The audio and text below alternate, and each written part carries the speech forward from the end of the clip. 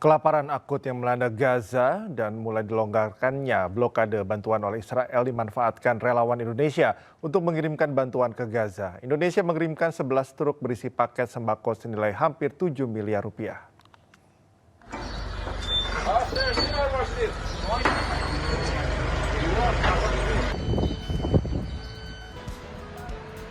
Para relawan kemanusiaan Indonesia berpacu dengan waktu membuat ribuan paket-paket sembako ke atas 11 truk yang terparkir di sebuah gudang di pinggiran kota Amman, Yordania.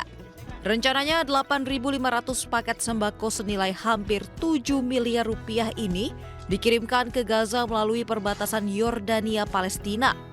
Bantuan kemanusiaan ini dikumpulkan sejumlah lembaga kemanusiaan Indonesia bekerja sama dengan lembaga zakat milik pemerintah Yordania atau JHCO untuk pendistribusiannya. Bekerja sama dengan lembaga sosial ICCS yang ada di Yordania ini, dan pengirimannya kita akan bekerja sama dengan JHCO, lembaga resmi pemerintahan Yordan, dan pengirimannya insya Allah akan dikawal oleh tentara Jordan sehingga bisa sampai ke saudara kita di Gaza. Memang proses untuk bantuan kemanusiaan masuk ke Gaza itu tidak mudah, dan pada saat ini satu-satunya jalur yang bisa dilalui adalah melalui koridor Jordan. 11 truk bantuan kemanusiaan Indonesia untuk Gaza ini selanjutnya dikirimkan ke Gaza dengan pengawalan militer Yordania. Diharapkan bantuan kemanusiaan ini bisa membantu rakyat Gaza yang tengah terjebak di tengah peperangan dan dilanda kelaparan akibat hampir 3 bulan di blokade Israel.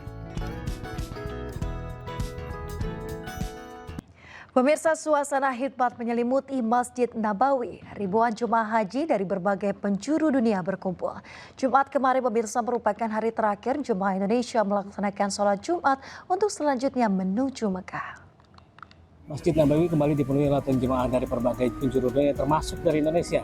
Jumat ini menjadi momen spesial bagi para jemaah haji Indonesia karena merupakan sholat Jumat terakhir mereka di Madinah sebelum nantinya akan bertolak menuju ke Mekah.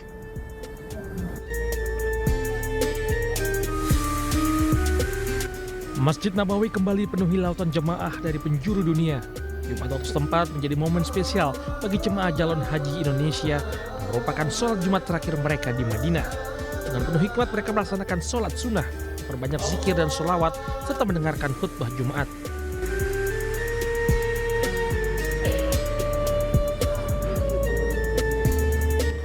Panitia penyelenggara ibadah haji mengimbau para jemaah untuk menjaga kondisi kesehatan dan mempersiapkan diri secara fisik maupun mental mengingat waktu puncak haji yang semakin mendekat. Dari Madinah, Arab Saudi, Gigi Irfan melaporkan.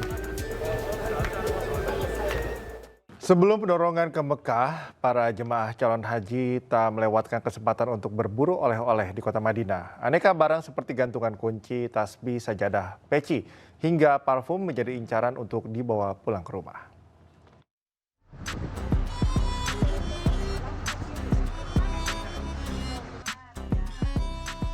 Pasar-pasar di sekitar Masjid Nabawi, Madinah, Arab Saudi menjadi magnet bagi para jemaah calon haji Indonesia.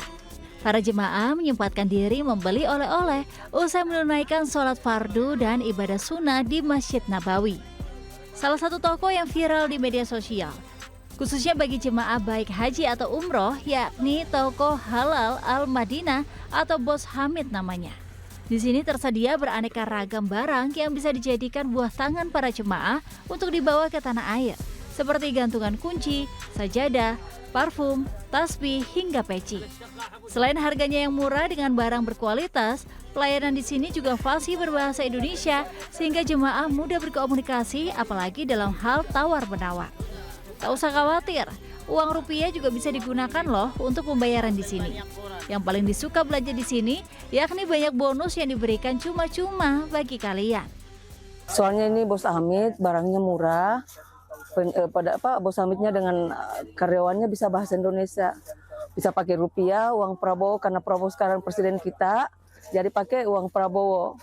Karena Allah kasih saya rezeki banyak, saya harus kasih kan. Masa kamu kalau banyak rezekimu tidak dikasih, itu tidak enak nanti. Kan? Ubur-ubur ikan lele, jangan lupa mampir le. Oleh-oleh khas haji menjadi bagian tak terpisahkan dari perjalanan spiritual. Meski sederhana, oleh-oleh ini punya makna mendalam bagi keluarga yang menanti di rumah. Dari kota Madinah, Arab Saudi, Kiki Irfan melaporkan. Pemirsa, diduga tak kuat menopang beban kendaraan serta derasnya arus sungai, sebuah jembatan apung di kawasan Bale Endah, Kabupaten Bandung, Jawa Barat, Jumat malam ambruk. Tak ada korban jiwa dalam peristiwa ini, namun puluhan pengendara dibuat panik karena sebagian tercebur ke Sungai Citarum. Alah, jembatan runtuh. Alah.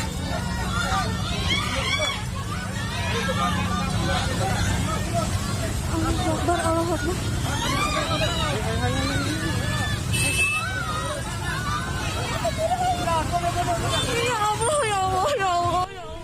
Sejumlah pengendara motor berusaha menyelamatkan diri saat jembatan apung Cijeruk di kawasan Bale Endah, Kabupaten Bandung dihantam derasnya arus Sungai Citarum. Akibatnya sejumlah motor hampir hanyut saat jembatan apung yang menghubungkan beberapa desa ini ambruk. Peristiwa ini berbarengan dengan banjir yang melanda sejumlah jalan di kawasan Bale Endah, Kabupaten Bandung. Alhamdulillah korban selamat. Cuman ketekan air meningkat. Seluruh korban yang sempat terjatuh ke aliran Sungai Citarum berhasil dievakuasi dalam kondisi selamat.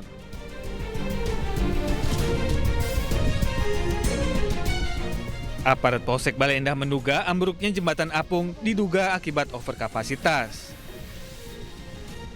Informasi dari masyarakat, kebetulan ada 2 kendaraan motor, ya, roda 2. Alhamdulillah sudah dievakuasi dan tidak terbawa arus.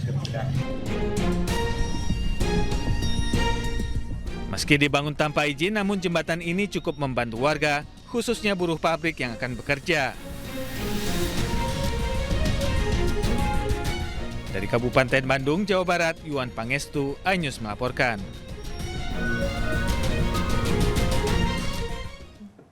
Hujan deras yang mengguyur kawasan wisata Lembang, Kabupaten Bandung Barat mengakibatkan banjir dan longsor. Selain menutup akses jalan, longsor juga mengakibatkan 2 rumah warga rusak dan 1 warga hilang.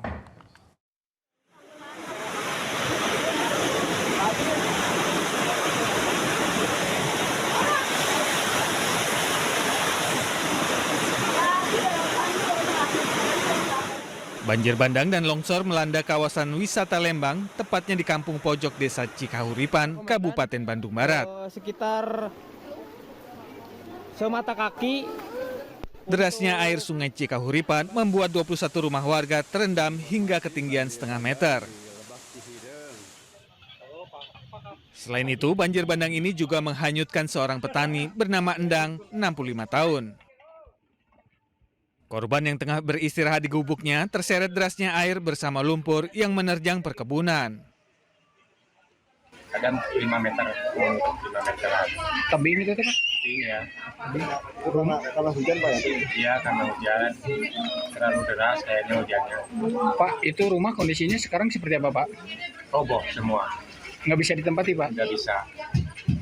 Sekarang Bapak tinggal di mana Pak? Tadi di sini, di tangga. Proses pencarian korban yang hanyut akan dilanjutkan pada Sabtu pagi. Dari Kabupaten Bandung Barat, Jawa Barat, Yuwono, iNews melaporkan. Pemirsa, diguyur hujan deras sejak Jumat sore, underpass Sumur Panggang di Tegal, Jawa Tengah terendam banjir. 2 truk box terjebak banjir hingga harus diderek.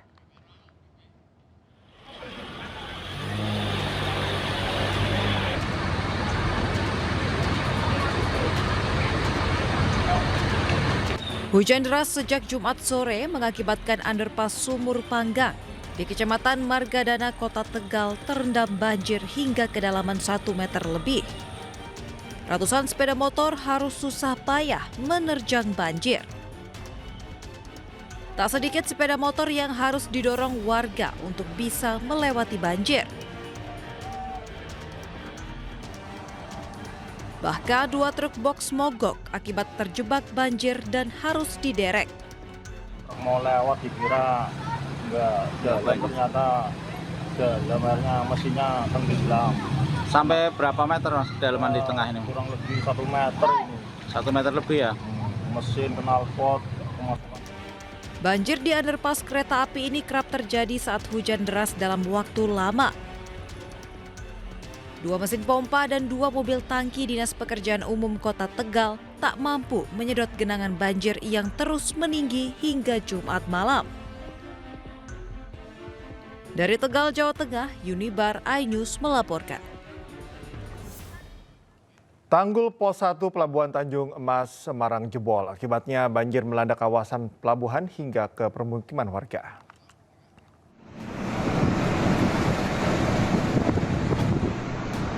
Air laut mengendangi sejumlah area di Pelabuhan Tanjung Emas Semarang. Kepala BPBD Kota Semarang menyatakan lokasi jebolnya tanggul tepat di kawasan Pelabuhan Pos 1 Tanjung Emas. Saat ini tim BPBD sudah menuju lokasi untuk menangani banjir. Masuk sampai di sini.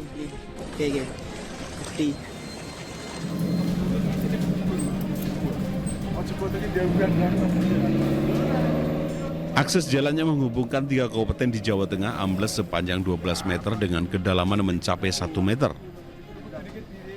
Meski masih bisa dilalui kendaraan, namun kondisi tersebut sangat membahayakan karena rawan terjadi ambles susulan.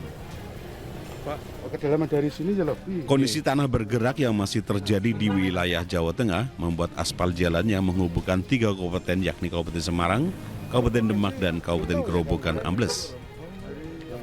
Amblesnya jalan dengan panjang mencapai 12 meter dengan kedalaman hingga 1 meter itu terjadi di Dusun Ngelo, Desa Wiru, Kecamatan Beringin, Kabupaten Semarang. Anehnya, fenomena jalan ambles ini sudah terjadi 3 kali dalam kurun waktu beberapa bulan terakhir.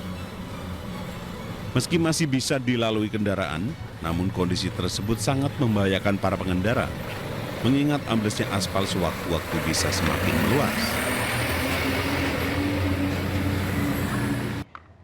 Pemirsa, hujan deras yang melanda Bandung seharian membuat sungai meluap hingga bangunan sekolah PAUD ambruk akibat terbawa arus. Beruntung saat kejadian sudah tidak ada aktivitas di dalam sekolah tersebut.